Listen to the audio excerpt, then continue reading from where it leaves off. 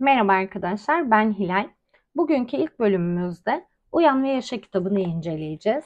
1936 yılında yazılmış dünyanın ilk kişisel gelişim kitabı olarak geçiyor bu kitap. Yazar Dorothy Brandy'ye ait. Yazar Dorothy Brandy bize kitapta başarı için çok basit ve net, kolay uygulanabilir bir formül bulduğundan bahsediyor. Formülü bulmadan önce 20 yıllık yazarlık kariyerinin tam bir felaket olduğunu söylüyor. Çünkü 20 yıl boyunca sadece 17 tane kısa hikaye, 20 tane kitap eleştirisi yapmış ve bir tane başarısız yarım roman denemesi olduğunu söylüyor.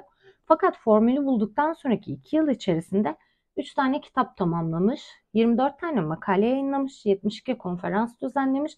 Aynı zamanda sonraki 3 kitabının da taslağını tamamlamış.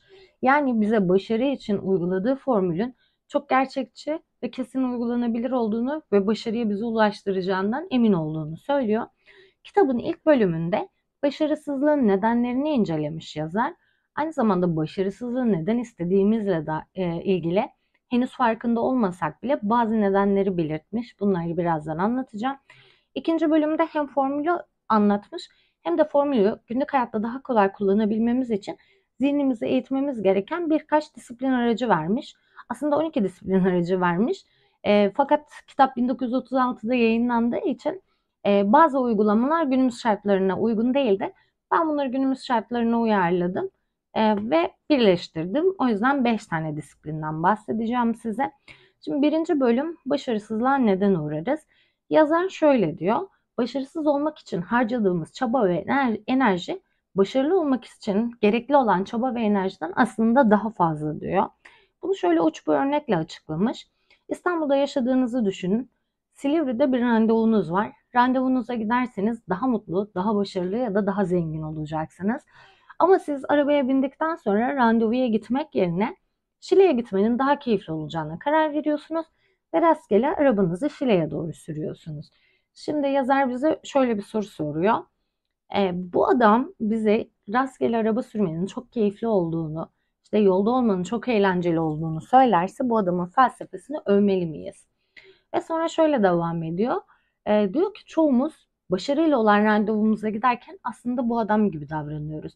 Yani günlük hayatta çok da işimize yaramayacak, bizi kesin ve mutlu sonuçlara ulaştırmayacak, anlık haz veren eylemlere dalıyoruz.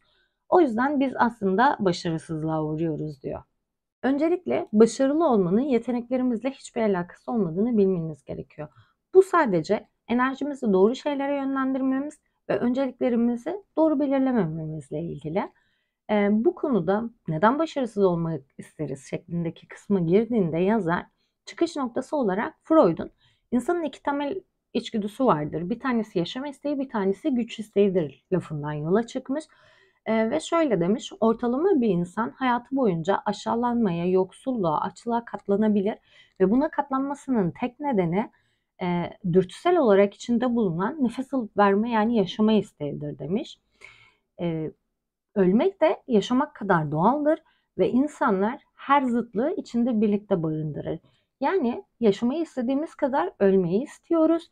Başarısızlığı istediğimiz kadar başarıyı istiyoruz. İkisi aynı oranda içimizde bulunuyor. Hangisine meyledeceğimizse bizi daha önceki geçmiş koşullarımız ve öğrendiklerimiz yönlendiriyor şeklinde belirtmiş. Şu kısım özellikle çok ilginç. Uyuşukluk, tembellik, pasiflik ve geri çekilme eylemlerini ölme isteğinin belirtileri olarak tanımlamış yazar. Bu tanımlama biraz bana abartılı gelmişti. Ama ölme eğilimindeki insanların yani depresyonda ya da intihar meyilli insanların belirtileri arasında bunların yer aldığı kanıtlanmış. Aynı zamanda kitabın tamamını okuduğumda da zaten yazarın ne demek istediğini anladım. Siz de videolar sonlandığında yorumlara yazarsanız sevinirim. Konumuza geri dönecek olursak şöyle diyor yazar. Hastalığı tedavi etmeden semptomlarla savaşmak yel değirmeniyle savaşmaya benzer. Yani bizim içimizde bir başarısızlık isteği varken biz sadece erteleme alışkanlığımızı düzeltmeye çalışırsak ya da işte uyuşukluğumuzu, utangaçlığımızı düzeltmeye çalışırsak hata yaparız. Bizim önce neden başarısız olmak istediğimizi bilmemiz ve öncelikle bu isteği tedavi etmemiz gerekiyor diyor.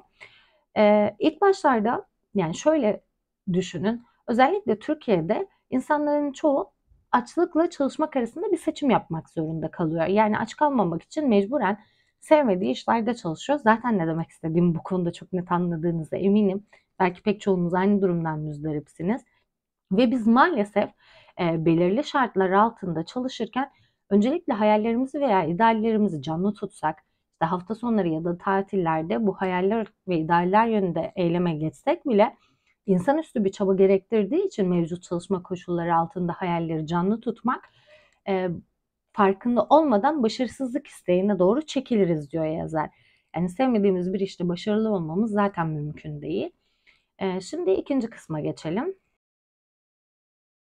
Şimdi biz daha farkında olmadan başarısızlık isteğine çekiliyoruz demiştik. Peki başarısızlık isteğinin günlük hayattaki belirtileri nelerdir? Birinci olarak daha yaşayacak binlerce yılı varmış gibi davranmak demiş yazar. Bu kategoriyi bilirsiniz. Bence hepimiz de biraz bundan vardır. Hayallerimiz ve ideallerimiz yönünde adım atmak ya da ilerlemek yerine işte günlük başka faaliyetlerle ilgilenmek ve sanki daha sonra onları yapacağımız çok uzun yıllarımız hayatımızda olacakmış gibi davranmak bu kategoriye giriyor. İkinci olarak uyanık uykucu olmak. Film, video ve kitap kurtları maalesef bu kategoriye dahil. Bunlar hayatın içinde olsa da akışa müdahale etmeyen, hiçbir şey yapmadan eylemlerin olup bitmesini bekleyenler şeklinde tanımlamış yazar. Maalesef ben de bu grubun içerisindeyim. Yazar burada şöyle bir tanımlama gerçekleştirmiş. Gerçek hayatta yaşayamadığı serüvenleri işte film veya kitaplar aracılığıyla, oradaki karakterler aracılığıyla tatmin etmeye çalışan kişiler şeklinde söylemiş.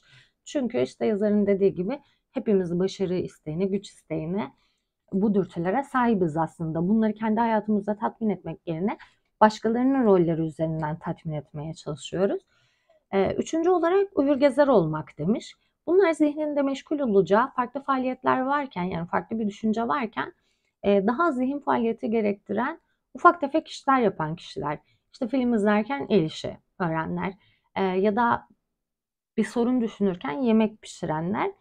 Tabii ki hani dikiş dikenler yaratıcı ya da üretkendir demek istemiyorum. Buradaki ayrımı şöyle yapın. Tüm yaratıcılığınızı ve odaklanmışlığınızı, adanmışlığınızı vererek bir işi yapmakla zihninizde başka bir sorun varken geçiştirmek için öylesine iş yapmak arasındaki farkı lütfen ayırt edin. Son olarak da bu bir, yani Türkiye işte potansiyelin altında bir işte çalışmak. Aslında bunu detaylı olarak bence anlatmama gerek yok. Zaten hepiniz biliyorsunuz ve pek çoğunuz bence bu işten muzdaripsiniz. Aslında potansiyeli çok yüksekken, gerçek bir başarıya ulaşabilecekken mevcut şartlara veya koşullara ayak uydurup potansiyelin altında bir işte, üretkenliğini ve yaratıcılığını kullanamayacağı bir işte çalışanlar. Şimdi belirtileri öğrendiğimize göre başarısızlığı neden istediğimize bakalım. Bu kısım biraz ilginç gelebilir size. Kim neden başarısızlığı istesin ki diyebilirsiniz. Ama emin olun birazdan anlattığımda anlayacaksınız. Aslında içten içe hepimiz başarısız olmayı istiyoruz.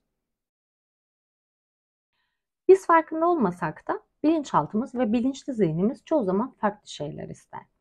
Ve uzun vadeli karar ve eylemlerimizi bilinçaltımız yönlendirir. Bu konuyla ilgili daha sonra detaylı video çekeceğim ama şimdilik şunu bilmeniz gerekiyor. Kararlarımızın ve günlük eylemlerimizin %95'ini bilinçaltı zihnimiz, %5'ini ise bilinçli zihnimiz kontrol ediyor. O yüzden şu an günlük hayatlarını düşündüğünüzde yo ben başarısız olmayı istemiyorum, kim neden başarısız olmayı istesin deseniz bile bilinçaltınız siz farkında olmadan başarısızlığı istiyor olabilir. Peki bilinçaltının başarısızlığı isteme nedenleri nedir? Yani neden içten içe biz başarısızlığı istiyor olabiliriz? Bir, çocukluğu yeniden yaşamak. Şimdi bunu şöyle düşünmenizi istiyorum. Çocukken çoğumuz ihtiyaçlarımızın karşılanması için bir harekette veya eylemde bulunmak zorunda kalmadık.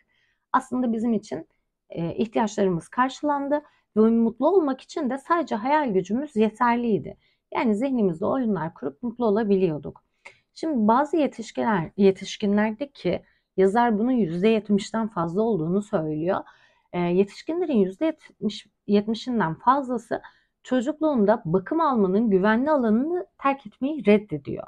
Ve hayal dünyasında anlık tatminlerle, çünkü hayal dünyasında sevgi ihtiyacı, başarı ihtiyacı tatminleri kendiliğinden karşılanabiliyor.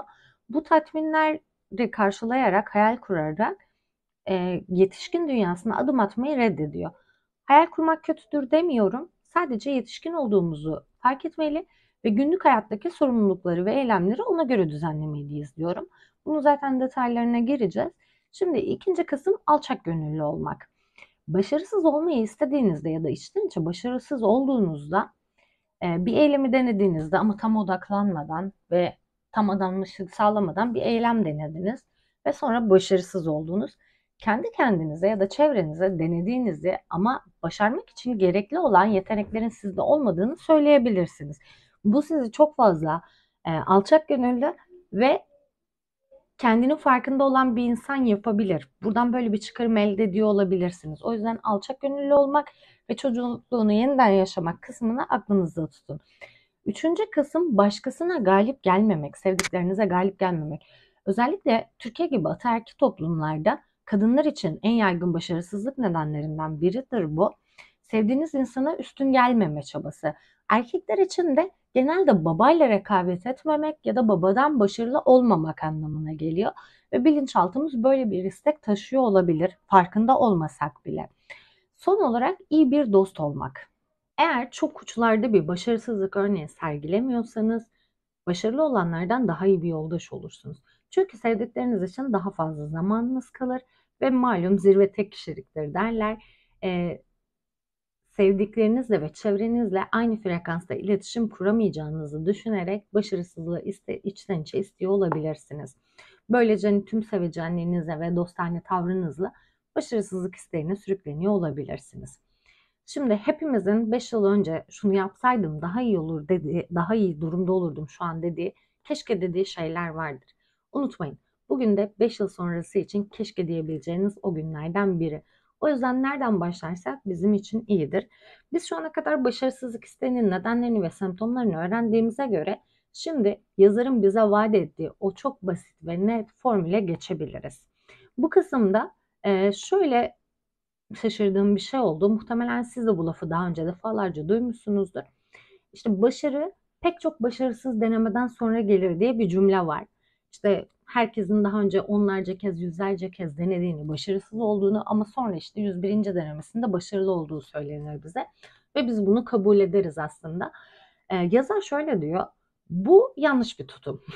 Çünkü zihnimiz yani bilinçaltımız ne kadar çok aynı şeyi tekrarlarsa o sonuca varmaya eğilimli olur. Yani eğer çok üstün bir iradeniz veya düşünce kapasiteniz yoksa o başarısız denemeler, zihninizde yer alan başarısız denemeler siz artık başarılı yapacak kadar deneyim elde etmiş olsanız bile sizi başarısızlığa götürür. Çünkü siz alıştığınız şeyi istersiniz. O yüzden bizim öncelikle geçmiş başarısız deneyimlerin yerine başarılı deneyimler koymamız gerekiyor. Ve yazar burada şöyle güzel bir noktaya değiniyor. Biz sonunda başarıya ulaşsak bile o binlerce ya da yüzlerce başarısız denemenin verdiği acıyı hatırladığımız için başarılı bilinçaltımız sondaki başarılı olma halini değil de o yüzlerce acı halini hatırlayacaktır ve bu bizi erteleme alışkanlığına ve uyuşukluğa sevk edecektir. Çünkü bilinçaltımız o başarısızlık hissinden, acısından ve aşağılanma duygusundan kaçmaya çalışacaktır. Bunu çoğunuz bilirsiniz. İşte belki çocukken okulda çıkıp bir konuyu anlatmak istediniz ama size güldüler ve sonrasında bir fobiniz oluştu. Çünkü tekrar gülünmek istemediniz, o aşağılanma hissini yaşamak istemediniz. O yüzden şiddetle yazar karşı çıkıyor ki başarılı olmak dışında herhangi bir düşünceyle bir eyleme başlamamanız gerekiyor. Şimdi çoğumuzun sahip olduğu bu eylemsizlik ve erteleme alışkanlığının başarısızlığın verdiği acıdan kaçmak için olduğunu bildiğimize göre bu geri çekilmenin ve içe kapanıklığın büyüsünü bozmak için bize gerekli olan tek şey başarısız olmak imkansızmış gibi harekete geçmektir diyor yazar. Şimdi siz diyeceksiniz ki geçmiş kötü tecrübeleriniz ya da deneyimleriniz var ya da bir başarısızlık korkunuz var. Bu başarısız olmak için harekete geçmek nasıl mümkün olabilir? Biraz ütopik gelebilir ama bu zihin durumuna geçmek için gerekli olan uygulamayı birazdan vereceğim formülü uyguladığınızda inanılmaz bir canlılık ve enerji hissedeceksiniz. Ve bu enerjiyle harekete geçtiğinizde daha önce hiç keşfetmediğiniz ve farkında olmadığınız yetenekleriniz ortaya çıkacak ve mutlak başarıya ulaşacağınızı garanti etmiş yazar. Aynı zamanda kitapta birkaç tane başarı örneğinden de bahsetmiş, formülü uyguladıktan sonra insanların hayatlarının nasıl daha kolaylaştığını, nasıl daha üretken bir hayat sürdüklerinden bahsetmiş. Şimdi zihnimizde formülün mantığını önce söyleyeyim. Şöyle işliyor.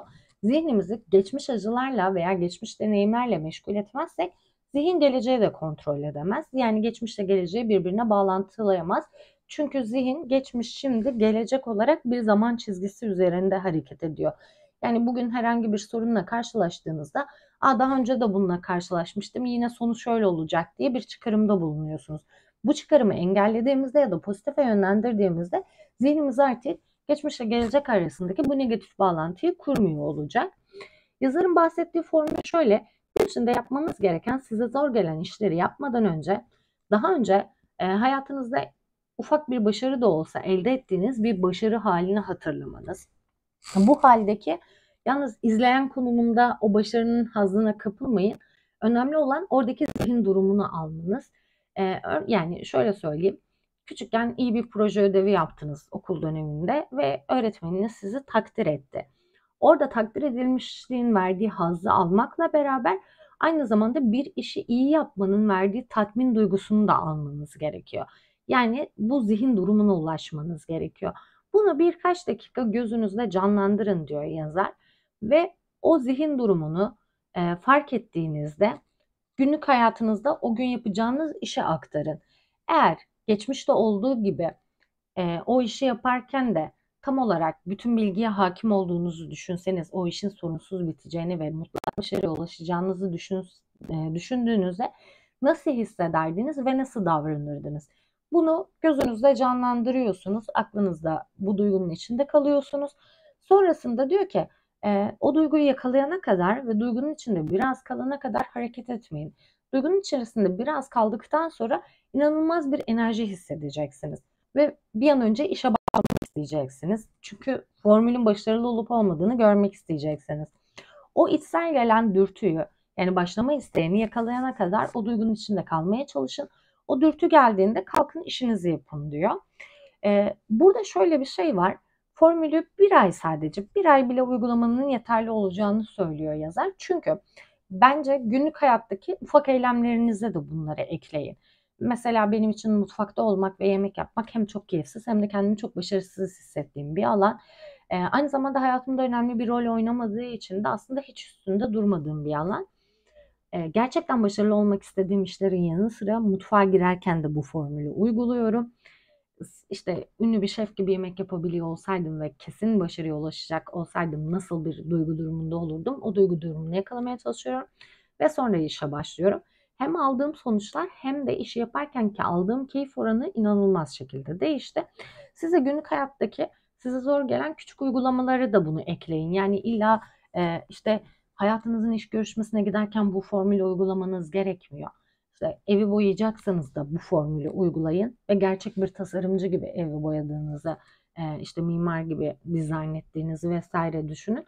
Böyle böyle pratiklerle çoğaltın. Çünkü burada amaç şu: gün içinde kolay ya da zor herhangi bir uygulamada işte 3 kere bu formülü uygulasanız, ki bu sadece birkaç dakikalık bir formül. Yani birkaç dakika bu uygulamayı yaptığınızda işte ayda 3 kere yaptığınızı düşünün günde. Ayda 150 kere yapmış oluyorsunuz. Yaptığınız o 150 işin sonucu da pozitif bittiğinde aslında siz 300 kere zihin durumu olarak başarılı olmayı e, kodluyorsunuz zihninize. Bunu işte bir kitabın 10 sayfasını okumak da sizin için bir iş olabilir ve her gün bunu okuduğunuzda da o başarı durumunu yakalayabilirsiniz. Önemli olan zihninize ben başarılıyım, ben başarılıyım, ben başarılıyımı eylemlerle öğretmek. O yüzden günlük hayatta küçük ya da büyük, size zor gelen, sizi zorladığını düşündüğünüz herhangi bir eylemi yaparken formülü uygulayın. Hem formülü uygularken hem de formül sonucunda, o iş sonucunda aldığınız başarıyla beraber çarpan etkisi yakalamış olacaksınız. Yani siz bir ay boyunca aslında 300 kere başarılı olmayı deneyimleyeceksiniz. Şimdi bu zihinde canlandırma metodunu, işte mış gibi yapmak durumunu zaten muhtemelen pek çok kişisel gelişim veya spiritüel öğretide duydunuz. Bu formülün bence diğerlerinden farklı olan tek yanı bunu eylemle desteklemesi. Yani o anda Bir işe başlamadan önce bu formülü birkaç dakikalığına uyguluyorsunuz ve sonra eyleme geçiyorsunuz. Diğer uygulamalarda işte gözünüzde canlandırın, zamanla akış size getirir diyor. Bu arada ben buna da tamamen inanıyorum. Ama eylemle beraber enerjinin çoğaldığına da inanıyorum. O yüzden mutlaka gün içerisinde 3 defa olmak üzere bir ay boyunca uygulamaya çalışın. Sadece 2-3 dakikalık bir pratik. Uyguladıktan sonra sonuçları yorumlara yazarsınız. Birazdan kitabın ikinci kısmına geçeceğim bir sonraki videoda. Kitabın ikinci kısmında zihnimizi ufak ufak eğitmek için gerekli olan disiplin araçlarını vermiş. Bence o kısım da çok eğlenceli. Bazı uygulamalar özellikle zorunluluk olarak tutmuyor. Yani her gün düzenli uygulamanız gerekmiyor. Haftada bir ya da ayda bir de uygulayabilirsiniz. Ama zihinle oyun oynamanın ve insanlar üzerindeki etkisini görmek bence çok keyifli olacaktır. Ben bir süredir uyguluyorum. O yüzden bir sonraki bölümde görüşmek üzere. Umarım kanala abone olursunuz ve videoyu beğenmişsinizdir. Pratiklerde devam ettikten sonra sonuçları da konuşmak için yeniden bir video çekerim. Beni dinlediğiniz için teşekkür ederim. Görüşmek üzere, hoşça kalın.